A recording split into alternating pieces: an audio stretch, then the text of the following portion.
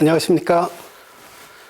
동방문화대에서 음식문학 전공을 담당하고 있는 공만식이라고 합니다.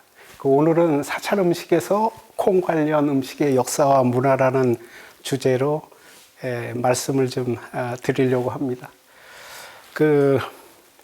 한국 음식사에서 한국 불교 음식이 갖고 있는 위치가 막중하고, 특히 이 콩류 음식들, 장이랄지 두부랄지 콩나물, 콩국, 그래서 한국 음식사에서 큰 비중을 차지하고 있었던 그런 음식들을 가공하고 한국인에게 주요한 식재료로 기능하게 할 수 있었던 그런 테크놀로지를 갖고 있었던 곳이 바로 불교 사찰입니다. 그래서 삼국시대부터 고려, 조선에 이르기까지, 그리고 현재도 ING형으로 여전히 사찰에서 장류와 두부 음식, 국수 등, 그러니까 한국 음식의 기저 음식이라고 할 수 있는 그런 많은 음식들이 여전히 한국 음식의 중요한 위치를 이제 차지하고 있는데요. 한국 사찰 음식에서 특히 중요한 음식이 있죠. 한국인의 음식에 있어서도 마찬가지고요. 바로 이제 장과 이제 김치라고 이제 할 수 있는데요. 삼국시대부터 현재에 이르기까지 과거 이제 식품 회사가 존재하지 않았던 그런 시대에 가장 조직적이고 집단적이고 대규모로 그리고 끊어지지 않고 이 음식 문화를 계승한 그런 집단이 어디냐?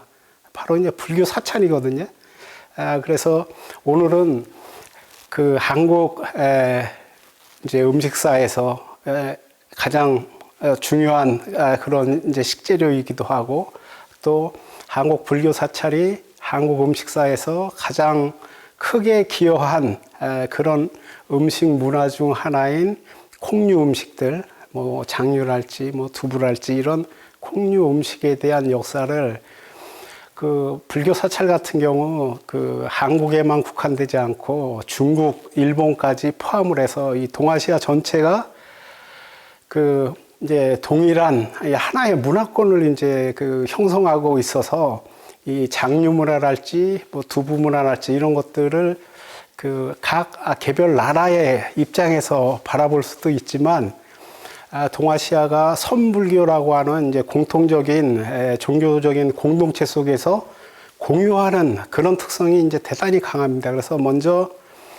동아시아 전체의 콩류 음식에 관한 역사를 좀 개괄해 보고, 그 다음에 한국의 콩류 음식의 역사에 대해서 좀 말씀드리려고 합니다. 강의 순서를 좀 먼저 말씀드리고 오늘 얘기를 시작하도록 하겠습니다. 그래서 오늘 강의의 반은 중국 콩류 음식의 약사와 일본 콩류 음식의 약사를 먼저 좀 말씀을 드리고요. 나머지 이제 반은 삼국시대부터 조선시대에 걸친 한국 불교 사찰의 콩류 음식의 이제 역사와 문화, 요 내용을 좀 말씀드리도록 하겠습니다. 그래서 먼저 중국 콩류 음식의 약사를 먼저 이제 말씀을 좀 드리도록 하겠습니다. 중국 같은 경우는 이제 음식에 관한 이제 문헌과 유물이 대단히 풍부한 나라입니다. 일본 같은 경우도 중국 정도로 이제 많지는 않지만 상당히 많은 문헌과 이제 유물을 갖고 있는 나라고요. 동아시아 이제 삼국 중에서 한국 같은 경우에는 문헌이나 유물들이 그렇게 이제 풍부하지 못합니다. 그래서 주로 이제 문헌은 조선시대 이제 후기에 지금 몰려 있고요. 그래서 그 이전에 이제 문헌과 유물들이 많이 이제 부족해서 주변 나라들의 문헌과 유물에 근거해서 이제 추론을 하거나 이런 과정도 좀 이제 있을 수 있고요. 그래서 이제 중국 음식사 같은 경우는 그 일본이나 한국 음식사 이해를 하는 데 있어서 그 대단히 이제 풍부한 내용들을 이제 제공을 해주고 이 그 세 나라가 그 보통 이제 각 나라의 이제 개별적인 특성 뭐 이런 것들을 이제 그 각 나라들이 강조를 하는데 사실 공통성이 더 많은 나라들입니다. 이 중국, 일본, 한국이라고 하는 데가 그러니까 자기 나라를 좀 드러내기 위해서 자기 나라의 고유성, 특수성, 그 우리는 너희랑 좀 틀려 뭐 이런 것들을 좀 강조하지만 그 대단히 이제 공통성이 많은 그런 나라들이고 특히 불교 같은 경우는 이제 동아시아 그 선불교라고 하는 이제 공통성 그리고 이제 이 종교 조직이 갖고 있는 그 특유의 그런 그 지속성이랄지 이 뭐 계승의 문제 이런 것들을 갖고 있기 때문에 그 일반 사회보다 더더욱 공통성이 좀 두드러집니다.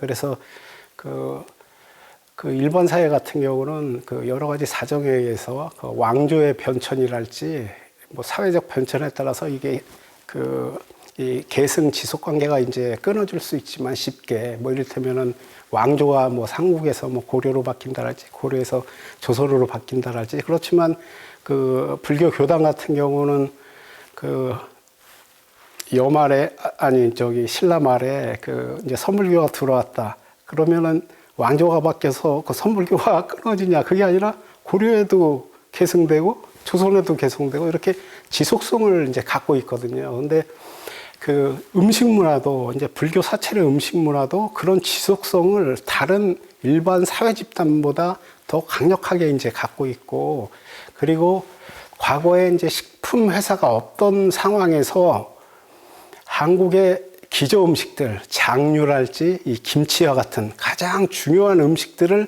가장 대규모로 지속적으로 아주 조직적으로 그렇게 생산하고 그 소비한 집단이 어디냐면 이제 바로 이제 불교 사찰이거든요. 그래서 이제 이따가 그 한국 이제 콩류 음식 사를 이제 할 때 그 말씀을 드리겠지만 이제 불교 사찰이 심지어 그 이제 불교가 많이 그 정치적으로 억압당한 조선 시대에 이르기까지 그 콩류 음식을 거의 국가가 필요로 하는 콩류 음식들을 거의 불교 교단이 거의 이제 감당을 하거든요. 이제 그런 모습들을 오늘 이제 수업에서 보시게 이제 될 텐데요. 근데 전체적인 이 콩류 음식의 모습들, 이런 것들을 그 중국 콩류 음식 약사에서 이제 개괄적으로 이제 살펴볼 수 있습니다. 그래서 이 두장과 관련해서는 이 만주가 이제 기원지이기 때문에 또 만주라고 하는 곳이 또 우리 민족의 또 이제 발상지이기도 하고 그 우리 선조들의 삶의 터전이기도 했던 동네라 그리고 그래서 이제 콩하고는 중국 민족보다는 이제 그 우리 민족이 더 가깝고 그 이제 이 두장이라고 하는 게 그 동아시아 두장이라고 하는 것들의 뭐 기원과 관련해서는 그러니까 우리 민족이 굉장히 다른 민족보다 좀 더 가까이에 그 있었다라고 하는 건 이제 뭐 여러 가지 뭐 유물이나 문헌자를 통해서 이제 그 볼 수 있겠고요. 그래서 그 이제 워낙 이제 문헌이 이제 방대하기 때문에 그 뭐 이제 상세하게 하기는 또 좀 어려움이 있고요. 그래서 그 대충 기원전 1000년경부터 이제 청나라 시기까지 가장 중요한 내용들만 그렇게 좀 말씀을 좀 드리도록 하겠습니다. 그래서 중국 동북지방 이제 흔히 이제 만주라고 이제 불리는 곳이죠. 그러니까 그 윤영성을 중심해서 이 만주 지역이 그 이제 콩의 이제 중심 지역인 이제 산지였고 그래서 중국 문헌에서도 콩 그러면은 뭐 융숙 그래가지고 그 산융이라고 하는 민족 그 민족이 이제 뭐 재배하고 그 민족의 그 민족들이 사는 그 지역에서 나는 그런 공유 뭐 이제 보통 이런 언급들이 자주 이제 중국 문헌에서 볼 수 있습니다. 그리고 이제 1026년 기원전 1026년에 보면 워낙에 이제 콩은 그러니까 우리가 지금 콩 두자하고 좀 많이 이제 익숙한데 그 최초의 콩을 의미하는 한자는 이제 숙자였죠.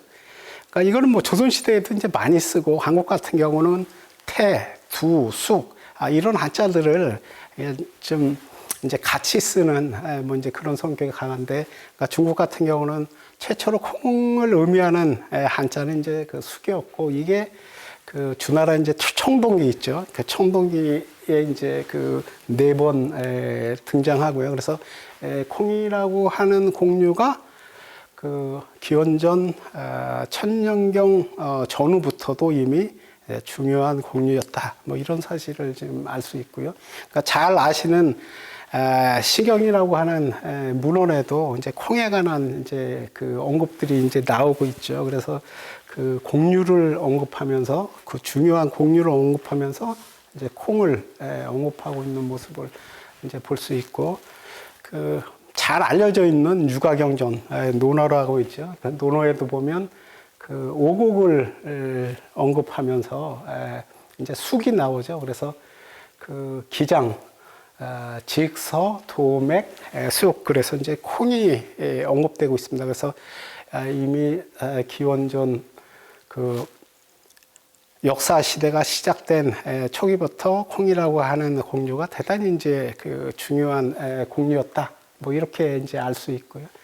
그리고 이제 기원전 325년에는 그 관중이라고 아시죠? 이제 중국 춘추 시대에 군중 관자 같은 경우에는 소두와 대비해서 처음으로 콩을 대숙이라고 불렀다. 보통 이제 대소두, 그래서 콩팥이 보통 쌍으로 이렇게 언급되는 경우가 많이 있잖아요. 그 대소두 뭐 이런 식으로 그런 대비가 이제 처음 뭐 이루어졌다고 그러고요.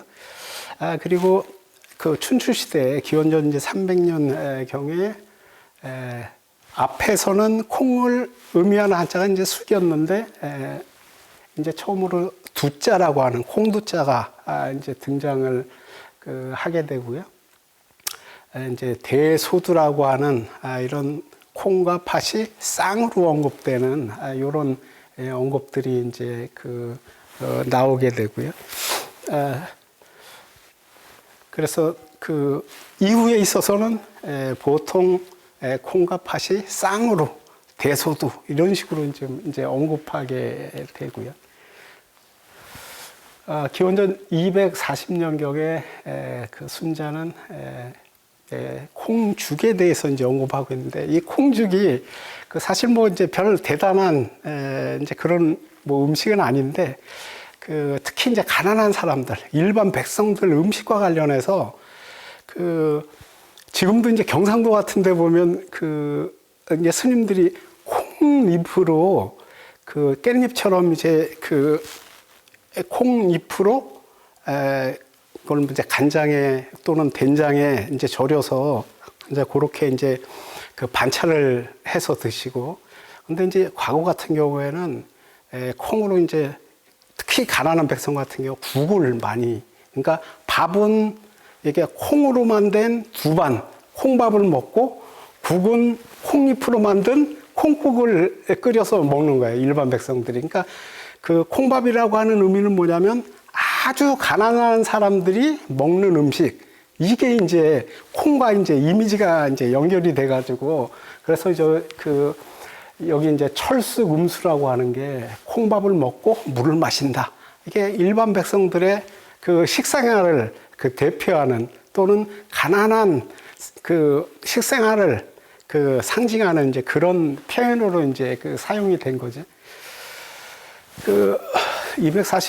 기원전 245년에는 그 일주서에 이제 산용과 콩을 연관지어서 이렇게 융숙이라고 이렇게 그 이제 표현을 했는데, 저런 그 만주 지역을 연상케 하는, 그리고 만주 지역을 터전으로 삼았던 민족에 대한 언급, 이런 것들이 지속적으로 이제 그 중국 문헌에서도 이제 언급이 됩니다.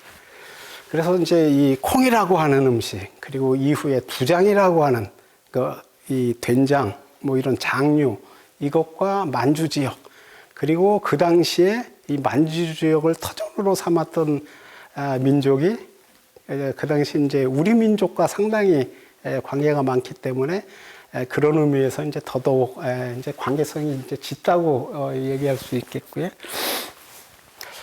요 마지막에 기원전 220년에 이 언급도 좀 잘 유념해서 들어보실 필요가 있습니다. 그래서 기원전 220년에 오늘날 한국에 가까운 한 왕국에서는 오곡을 재배하는데 보통 중국 화북 지방이 밀하고 콩을 많이 이제 재배를 하거든요. 그런데 한국과 가까운 한 왕국에서는 오곡을 재배하는데 밀을 재배하지 않았다. 그들은 콩, 두를 재배했다. 그러니까 보통 한 왕국에서 이제 중국 같은 경우는 그 음식권을 이제 화북, 강남 지역으로 이렇게 나눌 수 있는데 보통 화북은 밀, 강남은 쌀, 뭐 이렇게 이제 대충 얘기하거든요. 그래서 그 곡류의 종류를 좀 늘리면 밀과 콩과 이런 곡류가 화북 지역에서 보통 생산이 되는데 여기서는 밀은 재배하지 않고 이제 콩만 재배한 거죠. 그러니까 바로 이 지역이 그러니까 이 한반도 얘기를 하고 있는 건데 이게 왜냐면 그때 한사군이 설치되고 뭐 이래가지고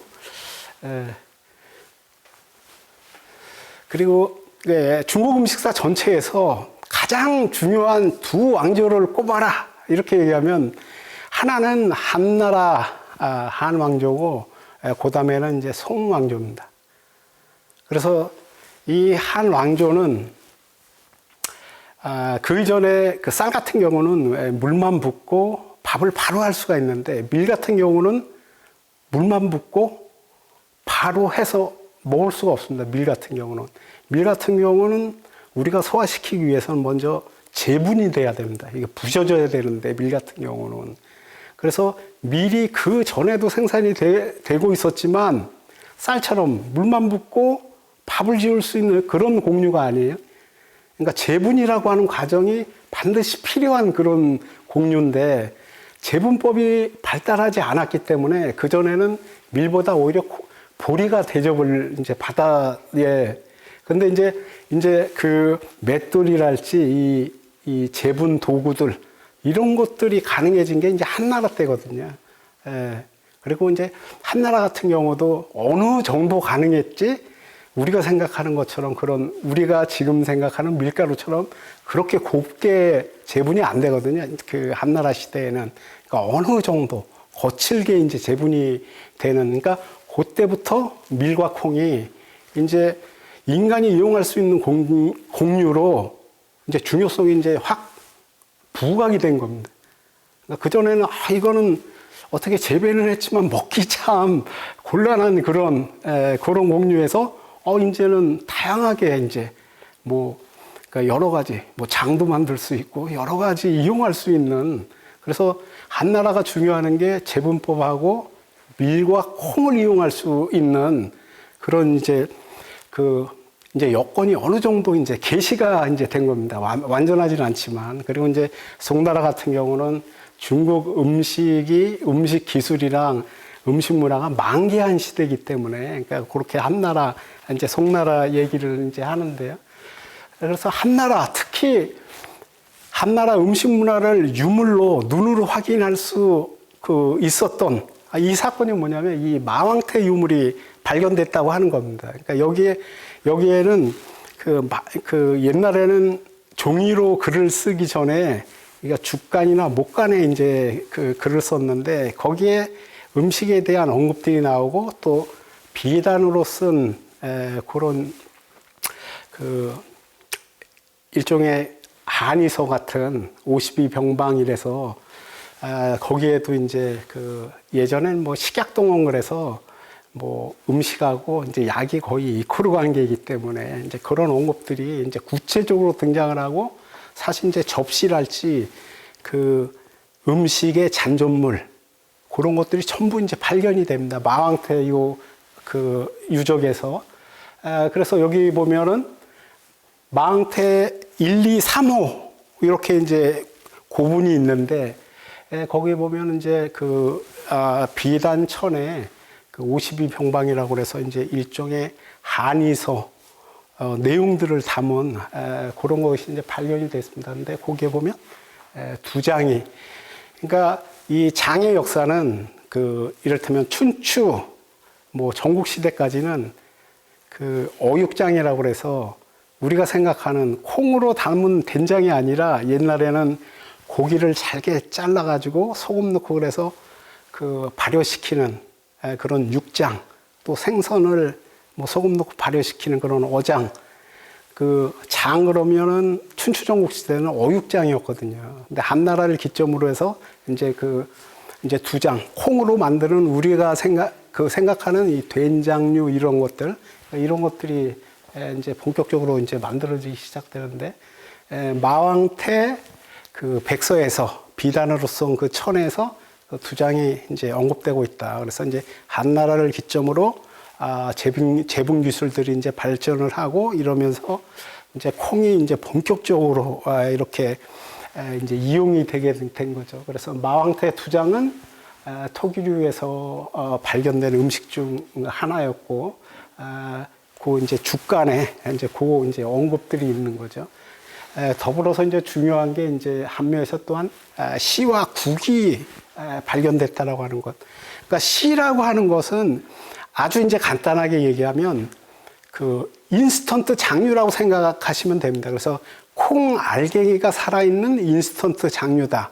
그래서 만약에 오늘 뭐 국을 끓여야 되는데 뭐 이렇게 그 두장류 된장 같은 게 없다. 그럼 시장을 가서 씨를 삽니다. 그러니까 이제 그 알갱이 형태의 장인데 여기다 이제 물을 좀 붓고 이렇게 좀 갈아가지고 국 끓일 때 넣으면 조미료 역할을 하는 거죠. 그래서 이제 씨는 인스턴트 장이다. 일단 간단하게 이제 그렇게 생각하시면 됩니다. 그러니까 물론 씨도 여러 가지 변천이 있고 한국에 와서도 씨에 관한 명칭 그리고 구체적인 내용과 관련해서 여러 가지 이제 그 내용의 변화 뭐 이런 게 많은데 일단 그렇게 생각하시면 이제 크게 잘못할 수는 없으실 것 같습니다. 그리고 이제 특히 두부와 관련해서 그 기원전 120년에 그 회남자, 그 회남왕 유한이 두부를 발명했다. 뭐 이런 소리가 이제 많이 있었기 때문에. 근데 현재에 있어서는 일반적인 학자들의 견해는 당말 5대 시대에 그래서 그 기원전 한 10세기 정도 되죠. 이제 900 몇 년이니까 청일옥에 두부에 관한 언급이 최초로 등장합니다. 그 10세기에. 그래서 이제 보통 이제 그 사람들이 그 이제 기원을 좀 많이 고대로 끌어올리려고 뭐 이제 그런 말씀도 많이 하시고 그러는데 어쨌든 문헌이 언급하고 있는 두부에 대한 언급은 굉장히 후대에 나타납니다. 그리고 우리 같은 경우에도 뭐 이세계 목은집 이런 데서 이제 그 두부에 대한 언급을 이제 좀 볼 수 있는데요. 그래서 그 마왕태와 관련해서 이 뭐 두장 그리고 그 역시 이제 한나라 시대죠. 그 회남자와 관련해서 두부 뭐 이런 건 좀 기억해 두시면 좋을 것 같고요. 그리고 그 기원전 이제 100년경에 그 황제 내경이라고 있죠. 이제 거기에 보면 콩나물에 대한 언급이 있습니다. 근데 최초의 콩나물은 약용으로 사용됐다. 그러니까 우리처럼 뭐 콩나물 무쳐서 먹는 식용이 아니라 약용으로 그 사용이 됐고, 그래서 뭐 신장에 문제가 있는 사람은 그 콩나물하고 돼지고기를 먹으면 좋다. 뭐 이제 이런 그래서 그 처음에는 약용으로만 사용됐지 일반 식용으로 그렇게 이제 사용되지 않고 일반화된 건 송나라에 와서 그러니까 콩나물로 우리가 알고 있는 이제 콩나물로 이제 이용됐다 이렇게 생각하시면 이제 되겠고요. 그다음에 이제 그 기원전 90년에 보면 이제 콩이 이제 뭐 상품화되고 뭐 이런 내용들을 이제 사마천의 사기에서 볼 수 있습니다. 그리고 기원전 40년 되면 사위의 구후구편이라고 하는 책에서 된장 만드는 법이 이제 구체적으로 이제 등장하게 됩니다. 그래서 여기서 보면은 콩에다가 밀 또는 보리를 섞어서 이제 된장 만드는 법 뭐 이런 것들이 얘기가 되고 그 기원전 10년 경우에는 이제 최초로 범승지서라고 하는 농업서가 이제 중국에서 이제 그 저술이 되는데요. 그러니까 여기에 보면 콩을 이제 대두라고 뭐 이렇게 이제 그 언급하고 있습니다.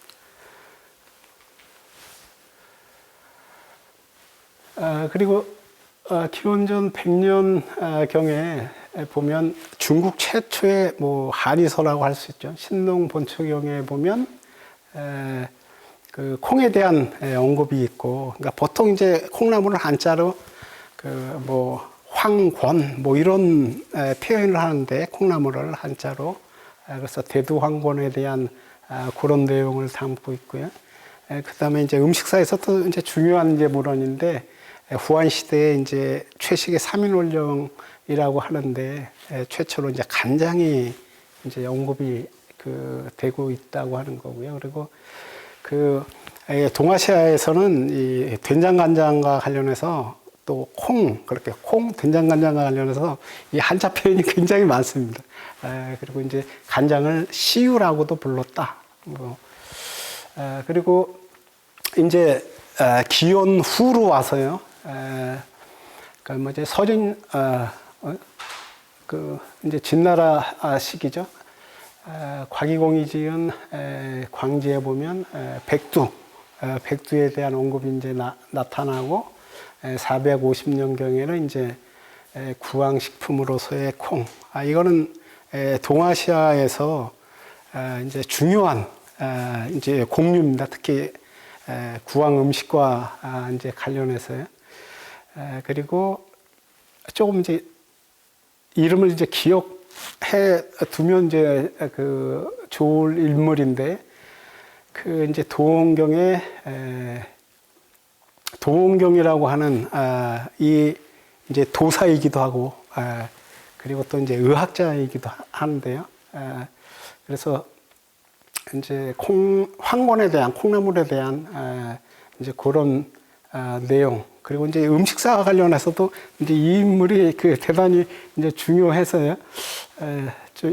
그 이름 정도는 기억해 두실 필요가 있을 것 같고요. 그 아까 이제 그 뭐 동아시아에서 콩과 뭐 된장과 간장의 이제 한자 명칭이 대단히 많다 이제 그러는데, 그 시 같은 경우는 가장 일반적으로 그 담시와 염시 이렇게 두 가지로 이렇게 나누는데, 최초로 식경에 담시에 대한 그런 언급이 나타나고 있고요. 중국 음식사에서 가장 중요한 음식서가 뭐냐, 한 것만 대라 이러면 이제 그 부기의 가사협이 편찬한 제민요술이다. 그래서 이제 제민요술이라고 하는 책이 그 농업서이기도 하지만 음식과 관련해서도 대단히 이제 중요한 이제 그런 문헌이고, 그러니까 여기도 이제 그 장류를 담그는 법부터 해서 뭐 거의 그 이제 모든 내용들이, 음식과 관련된 거의 모든 내용들이 그 아주 상세하게 그 들어가 있습니다. 그래서 그 이제 동아시아 전체에서도 가장 큰 영향을 끼쳤던 책이고, 중국 음식사에서도 그 전체 음식사에서 책을 하나 꼽아라 하면 이 책이 꼽힐 수 있을 정도로 중요한 책이죠. 제민요술이라고 하는 책. 그 여기에도 보면은 전체가 91편인데 70편에도 장 만드는 법, 71편에 시 만드는 법, 인스턴트 장 만드는 법, 그리고 이제 뭐 70 뭐 쭉 해서 88편째까지 장유, 간장 만드는 법, 뭐 이런 내용들이 전부 이제 그 들어가 있고요.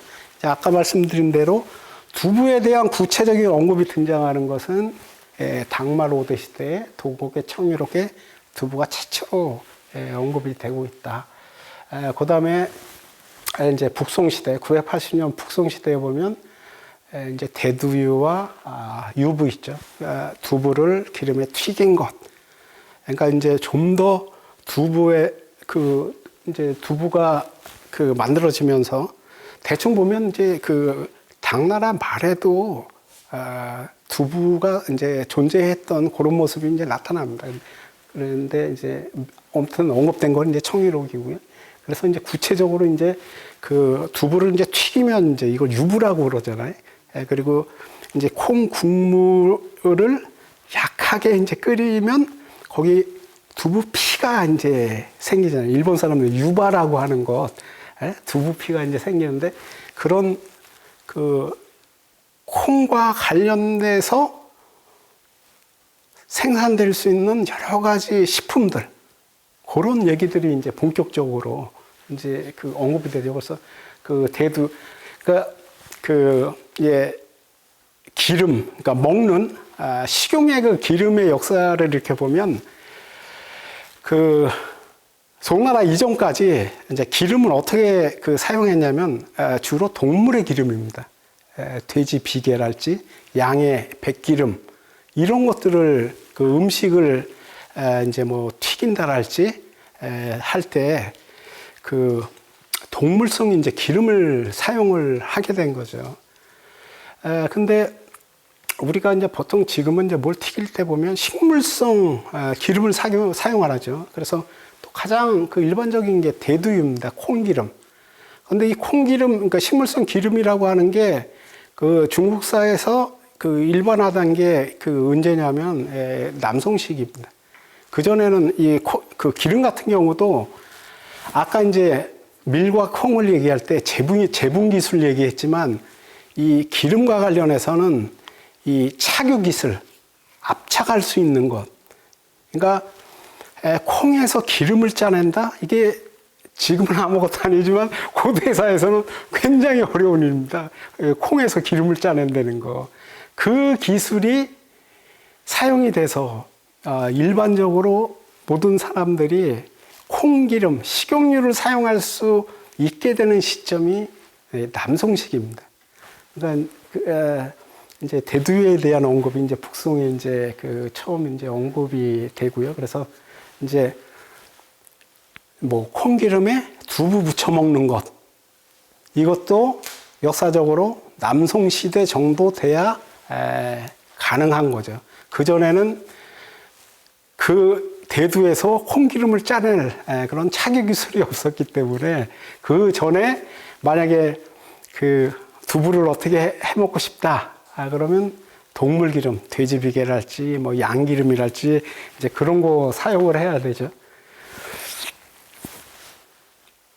이제는 그 콩이 이제 본격적으로 다양하게 그러니까 그 송나라를 이제 거치면서 그렇게 이제 사용되게 됩니다. 그래서 그 1080년대 그 보면은 여기 이제 수친 양로신서는 뭐냐면 쉽게 얘기해서 부모님 잘 모시는 법을 써놓은 책입니다.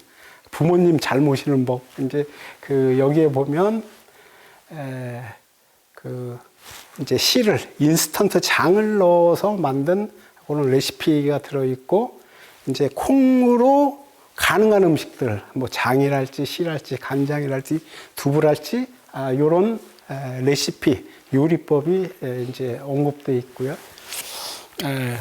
그리고 이제 1175년에 보면은 유규의 시에 남송 때 이제 시인이죠. 그러니까 요 사람, 그러니까 우리도 이제 중국집 가면 가끔 그런 거 먹을 수 있는데 콩을 껍질째 그냥 삶아서 그 중국집에 보면 이제 내는 게 있잖아요. 그걸 이제 두엽이라고 그러는데 그러니까 우리하고는 그렇게 뭐 많이 상관 있는 음식은 아니고요. 그리고 그 다음에 1176년이요.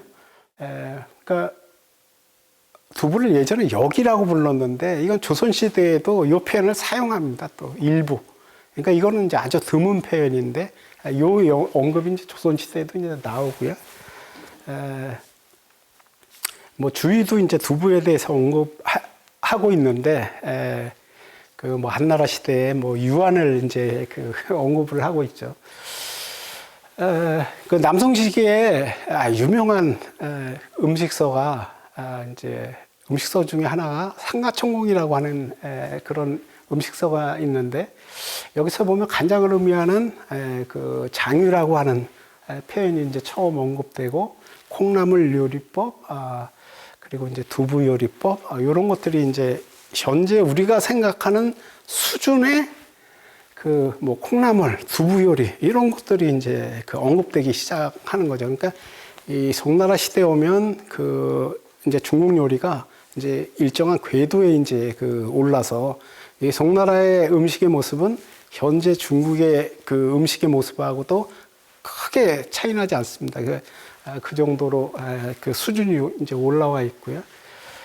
그 동아시아에서 그 이 장류, 뭐 두부, 이 테크놀로지를 그 쥐고 있었던 그룹이 어디냐면 이제 불교 사찰입니다. 중국도 그렇고 일본도 그렇고 한국도 그렇고 장과 두부 관련 이 콩류 음식 관련된 테크놀로지를 쥐고 있었던 그룹이 불교 사찰들입니다. 그래서 여기 보시면 일본성 각심이 남성 항저우의 경산사에서 된장 만드는 법을 배웠다. 그래서 요 된장 만드는 법을 그 일본의 이제 그 전래에서 그 여기서 이제 일본 가서 이제 된장을 만들고 거기서 이제 된장을 그 이제 그 다 담고 나면 나중에 이제 액체가 생기잖아요. 이제 그걸 이제 일본 사람들이 이게 타마리 그래서 우리로 치면 진간장 뭐 이런 식으로 이제 그 부릅니다. 그래서 그걸 뭐 국에 넣었더니 아주 이게 되게 맛있는 거예요. 그런데 그러면서 이제 일본 간장의 그 이제 원류가 이제 된 거죠. 이 경산사는 그 남성시대 오산십찰 중 그 하나인데 이 경산사는 당나라 시대부터 된장으로 유명한 사찰입니다. 그리고 남성시대 오산십찰들이 하나같이 다 이 장류로 대단히 유명한 그 사찰들입니다. 그러니까 장이 유명하기 위해서는 일단 뭐 물이 좋아야 되고 그러니까 여러 가지 이제 구비 조건들이 있는데 이제 그런 것들을 이 사찰들이 기본적으로 이제 갖추고 있다 보니까 아주 그 국가적으로도 이름난 그런 장류를 잘 담고 장류가 맛있는 그런 그 사찰로 이제 그 유명하고 그 일본 유학생들이 그 이 음식과 관련돼서 뭐 장류, 뭐 두부, 국수 만드는 법 이런 것들 전부 와서 불법만 공부하는 게 아니라 그것까지 다 배워서 이제 교토로 가서 거기서 이제 또 그 자신이 주석하던 이제 사찰에서 그 음식들을 만들어서 퍼지게 된 게 이제 일본 음식들이죠. 그래서 일본 음식사를 공부해 보시면 일본 불교사를 모르면 일본 음식사를 하기가 곤란합니다. 왜냐하면 최초의 그 전래한 분 그리고 그것을 발전시킨 분들이 전부 스님들이기 때문에 그 뭐 일본의 장, 뭐 된장, 뭐 간장도 그래, 뭐 두부 같은 것도 그래, 또 메밀국수 전부 일본 음식 하면 우리가 떠올릴 수 있는 거, 뭐 만두, 교자, 뭐 이런 전부 이런 것들이 이제 스님들이 배워 가셔가지고 이제 전파해가지고 그 이제 특히나 이제 일본 같은 경우는 이제 불교사를 모르면 일본 음식사를 이해하기가 이제 대단히 어려운 그리고 음식명 자체에도 불교와 관련된 그런 명칭들이 대단히 많이 이제 들어가 있어가지고. 그리고 남성 시대에 보면 몽양록이라고 하는 그런 이제 문헌이 있습니다. 여기에 보면 그 남성 시대 사람이 어떻게 일상생활을 했나 이런 내용들이 있는데 거기 보면 이제 뭐 이제 콩죽 얘기도 있고 뭐 가게에서 이제 뭐 지진두부 뭐 사 먹는 얘기 뭐 이런 일상사들이 많이 이제 그 나와 있고요. 그리고 이제 그 1301년 이제 원나라로 넘어오게 되면 이 그러니까 원나라 시대 때 가장 유명한 그 두 가지 이제 문헌이 있습니다. 음식과 관련해서 그 하나는 음선정요라고 하는 책이 있고 그다음 중요한 게 이제 거가필용이고 이 거가필용은 고려와 조선에 막대한 영향을 끼친 그런 음식서입니다. 그래서 우리가 이제 잘 아는 그 우리나라 서유구 선생이 쓴 임원 경제지라고 하는 음식 관련 이제 문헌, 특히 이제 정조지라고 하는 문헌이 있는데 거기 보면 거가필령에서 상당히 많은 내용들이 이제 그 인용이 되고 있죠. 여기에 보면 두장을 만드는 기술, 방법 이런 것들을 이제 그 서술하고 있고요. 그리고 두부와 관련해서는 시들이 굉장히 많습니다. 중국에도 많고 일본에도 많고 그 한국 같은 경우도 이제 두부와 관련해서 뭐 이제 이색에게 뭐 시랄지 여러 가지 이제 그 이제 시들이 있고요. 그래서 그 두부 만드는 과정을 이제 시적 언어로 이렇게 쭉 이제 표현을 한 겁니다. 맷돌을 돌리면 아주 하얀 액체가 이제 쏟아지죠. 예. 그래서 맷돌을 돌려서 비취색 두유가 흐르게 하라. 뭐 이런 시적인 언어로 두부 만드는 것, 두부의 맛, 이런 것들을 이제 그 표현을 하고 있고요. 그 중국 사람들이 아침 식사를 할 때 보면 이 속에 아무것도 안 든 그런 그 이제 만두라고 불리는 그런 거에다가 또 두유를 마시잖아요. 두유. 이제 두유를 마시는데 여기 1365년에 보면 최초로 두부장에 대한 언급이 있습니다. 요 밑에 이제 물숫자, 여기 이제 물숫자 이제 들어간 게 이제 음료라는 그 의미고요. 그러니까 이 술자 들어간 게 이제 그 장이라고 하는 이제 그 의미인데, 근데 명대에는 아직 두유가 그렇게 대중적이지는 않았다. 그러니까 지금은 모든 사람이 아침에 두유를 마시고 뭐 만두를 먹지만, 그리고 이제 명나라에도 보면 그 두부와 관련된 이제 그런 시의 모습을 이제 볼 수가 있고요. 그 중국 두류 음식사에서 가장 상세한 내용을 담고 있는 거는 이시진의 본초 강목입니다. 그래서 여기서 중요한 내용들이 거의 대부분 이제 여기 나오는데요. 그래서 이제 뭐 콩이나 콩나물에 관한 언급, 그리고 담시와 염시에 관한 언급, 그리고 이 누룩에 관한 언급, 그리고 두부피, 장, 간장. 그래서 거의 콩과 관련된 모든 음식들이 거의 대부분 그 언급이 되고 있죠. 맨 마지막에 두부피까지 해서요. 그리고 이제 그 본초 강목에는 두부 만드는 과정에 대한, 방법에 대한 언급도 있습니다. 그래서 뭐 이렇게 뭐 6단계, 그리고 4가지 응고제. 근데 이제 재밌는 거 보면 우리가 응고제를 사용할 때 한국에서도 보면 북나무라고 하는 거를, 그러니까 그 두부 엉기게 할 때 북나무라고 하는 걸 사용을 하잖아요. 이제 그런 내용들도 이제 전부 본초 강목에 이제 들어 있습니다. 그래서 그 콩과 관련해서 본초 강목은 콩으로 우리가 얻을 수 있는 거의 모든 식품, 그런 걸 이제 전부, 그 내용을 전부 다 담고 있습니다. 그래서 콩과 관련해서 좀 더 알아야 됐다. 그러면 이제 그 본초 강목을 좀 더 좀 찾아보시면, 그다음에 중국 여행 가시면 아마 대부분 경험하실 텐데, 냄새 고약한 그런 두부들 많이 보게 되죠. 이제 소위 발효두부라고 하는 거, 이제 발효두부에 대한 그런 언급들이 이제 나타나고요. 그다음에 뭐 모두, 그리고 뭐 대두박, 뭐 이런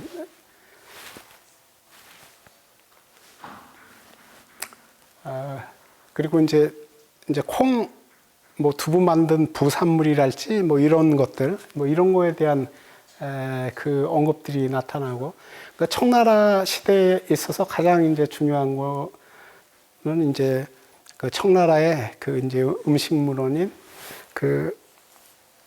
이제 수원식단이라고 하는 요 이제 문헌이 이제 중요하고요. 그 전에 식헌홍비라고 하는 이제 문헌에 보면 이제 언두부 얘기가 나오고, 발효두부 얘기가 나오고, 이제 뭐 취두부, 냄새에 고약한 두부 있죠. 뭐 취두부 얘기가 좀 나오고요. 수원 식단에 보면 두부와 관련된 굉장히 많은 얘기가 나오는데, 그러니까 우리가 잘 아는 뭐 연두부, 뭐 누른두부, 훈제두부, 발효두부, 뭐 이런 두부 관련된 내용이 좀 상세하게 나오고, 이제 무엇보다도 이제 장류에 기반한 그런 내용들. 그래서 굉장히 뭐 다양한 간장, 뭐 즙장, 뭐 수장, 씨, 추유 이런 그 장류에 대한 그런 이제 언급들을 좀 하고 있습니다. 그 이제 굉장히 이제 길게 중국 음식의 역사에 대한 이제 말씀드렸고요. 그 일본 두류 음식의 역사는 좀 상대적으로 굉장히 짧습니다. 아마 그 10분 전후. 그래서 최초의 그 언급은 701년에 대보율령이라고 하는 이런 이제 율령에서 이제 시가 최초로 언급이 됐다. 이제 이렇게 얘기를 하는데, 그러니까 유물로 치면 이제 고구려 그 평안남도 강서군에 있는 덕흥리 고분, 그게 이제 5세기 정도 되거든요. 483년인가 되니까. 그리고 이제 문헌으로 이제 그 나와 있는 거는 이제 뭐 신문왕 때, 그래서 한 뭐 7세기. 근데 뭐 일본보다는 이제 조금 그 앞서 있는데, 아무튼 대략 이제 비슷하게 두 장에 대한 이제 그 언급을 이제 하고 있죠. 741년에 보면 그러니까 일본 행정 단위로, 옛날에 이제 행정 단위로 국이라고 하는 게 있습니다. 그러니까 일본 내에 수많은 국이 있는 거죠. 이렇게 우리가 뭐 군이 있듯이 이렇게 많이 있는데, 그 군에다 그 이제 사찰을, 정부 지정 사찰, 그러니까 비구 스님용 사찰 하나, 비구니 스님용 사찰 하나 이렇게 해가지고, 그 일본 같은 경우는 이 그 사찰 조직, 교단 조직, 이걸 잘 모르게 되면 그 음식 전파사 같은 것도 잘 알기가 힘들어요. 그러니까 여기도 보면 시라고 하는 이 장류 음식이 이 불교 사찰 이 체계를 통해서 이제 음식이 이제 전파돼 갔다고 하는 거죠. 그리고 이제 만엽집에 보면 이제 누룩에 대한 그런 언급들이 있고, 그리고 10세기 들어와서 901년 뭐 이 정도에 들어와서 일본 된장, 미소에 대한 단어가 처음으로 이제 등장을 한다. 그리고 우리가 뭐 또 일본 콩류 음식 얘기를 할 때 이제 나토 얘기 이제 많이 그 하는데, 이 나토라고 하는 게 이제 11세기에 들어와서, 근데 여기서 이제 나토는 아까 이제 시에 관한 간단한 이제 정의를 말씀드렸는데, 염신 나토는 바로 그 시입니다. 시. 인스턴트 장, 콩 알갱이 형태의 그걸 이제 염신 나토라고 하고, 우리가 일본 나토 그럴 때 연상하는 거 있잖아요. 뭐 찡 늘어나는, 그걸 이제 사인 나토라고 이제 그럽니다. 그리고 1068년경에 염시라는, 아까 이제 시를 나눌 때 담시랑 염시 이렇게 나눴는데, 염시라는 단어가 이제 등장하고요. 그래서 이게 바로 이제 시입니다. 이게 콩알 형태의 발효된. 그래서 이제 그 장보다 이제 이제 장보다 이거는 국에다 이렇게 던져 넣어도 되거든요. 그러니까 아니면은 빨리 하려고 그러면 물을 넣어서 이렇게 으깨 가지고 국에 넣거나 뭐 이제 그런 용도거든요. 그래서 그 뭐 이제 나라 시대에 보면 시를 팔았다. 뭐 이제 이런 언급도 있고요. 1068년에 보면 가염납도, 염시에 대한 언급이 있고, 이걸 잘 만든 데가 어디냐면 사찰이에요. 그래서 절에서 승려들이 만들었다고 해서 앞에 절사자 써서 산압도, 중국에서 전래됐다. 그래서 일본 사람들 중국에서 뭐 왔다 그러면 앞에 당자를 붙이거든요. 당납도 뭐 이렇게 얘기하고. 그래서 이거는 좀 전에 이제 말씀드린 내용이고요. 그래서 그 이제 1183년에 보면 나라 지방의 신도 승려인 나카오미가 일기에서 이제 두부를 처음 언급을 했다. 그리고 아까 이제 중국 음식약사에, 콩류 음식약사에 나온 승려 각심이 중국 송나라 경산사에서 된장 만드는 법을 배워왔다. 그래서 이게 일본 간장의 이제 시조가 됐다. 그 다음에 1275년에는 에다마메 그래서 이제 그 아예 껍질째 그냥 확 삶아서 먹는 그런 콩 음식. 그리고 아까 말한 이 일본 진간장이 이제는 이제 판매용으로 이제 만들어지게 됩니다. 13세기 되면. 이걸 이제 에다마메라고 그러고, 그 아까 찍 늘어나는 사인納豆가 1405년에 한 사람의 일기에서 이제 그 언급된 거고요. 그리고 그 일본 같은 경우에는 이 정진 요리와 일반 사회 요리, 그러니까 정진 요리의 우수성을 그러니까 스토리나 그림으로 이렇게 만든 책들이 많아요. 그러니까 에도 시대에. 그러니까 여기 보면 이쪽에 이렇게 보면 생선이 막 그려져 있잖아요. 이쪽은 일반 사회의 음식 진영입니다. 이건 이제 스토리인데 이쪽은 그 정진 요리의 스토리예요. 여기 이게 이렇게 무도 보이고 이게 뭐냐면 그 우리는 옛날에 계란 포장을 할 때 이 지푸라기 갖고 그렇게 했잖아요. 이렇게 계란 포장을 할 때 일본은 나토 포장을 할 때 이렇게 하거든요. 그러니까 정진 요리의 대표를 나토 두장 음식으로 친 거예요. 그러니까 왜냐하면 두장 음식이 있어야 채소들을 먹을 수 있기 때문에 이 채소들 요 머리에 이제 채소들을 막 이고 있는데 그러니까 이런 음식 문화는 이런 얘기 하거든요. 장은 음식들의 장수다 뭐 이런 표현을 이제 하거든요. 왜냐하면 저 채소들은 기본적으로 장이 들어가야만 국이 될 수 있고 나물이 될 수 있고 이렇기 때문에요.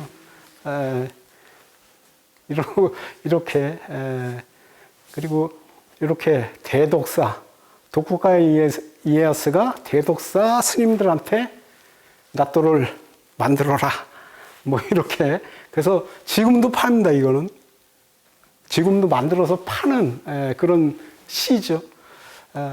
이거는 이제 그 에도 시대에 나오는 이제 스토리북이고요. 그래서 그 이제 일본 같은 경우도 그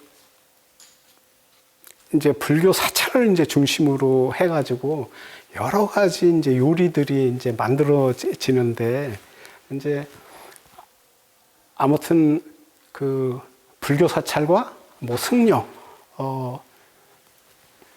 이제 그 일본 승려들이 일본 음식사에 미친 영향 뭐 이런 것들을 빼면 일본 음식사가 거의 성립이 안 될 정도로 그리고 특히나 또 사찰에서 발달된 음식들이 있거든요. 뭐 이제 두부나 장류.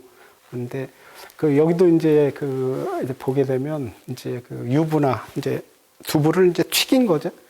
그리고 이 덴카쿠 두부 이제 이건 구이인데 이렇게 그 덴카쿠 두부 뭐 우동 두부 그래서 또 홍유 음식 갖고 다양한 음식들이 이 사찰에서 이제 만들어집니다. 그래가지고 이게 그 일반 사회로 이렇게 퍼져나가서, 그리고 1647년에는 최초로 일본 간장이 네덜란드 동인도 회사에서 네덜란드까지 이제 가는.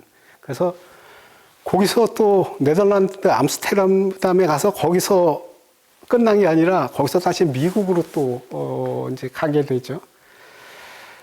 그리고 1661년에 우리가 잘 아는 일본 간장, 깁고망 간장이 이제 그 만들어지기 시작했고요. 그래서 아까 그 네덜란드 사람들이 암스테르담에 가져간 거, 그게 다시 미국까지 이제 가게 되는 거죠. 그래서 뭐 인디아 소이, 뭐 이런 식으로. 그래서 뭐 이제 보통 발효식품에 세금을 부과했는데 간장 같은 경우는 이제 더 이상 부과하지 않게 됐다. 그리고 깁고망은 우리가 지금 생각하는 깁고망이 있잖아요. 조그만 유리병에 들은 깁고망. 1873년에 처음으로 유리병에 간장을 담은 깁고망 간장이 이제 나왔고요.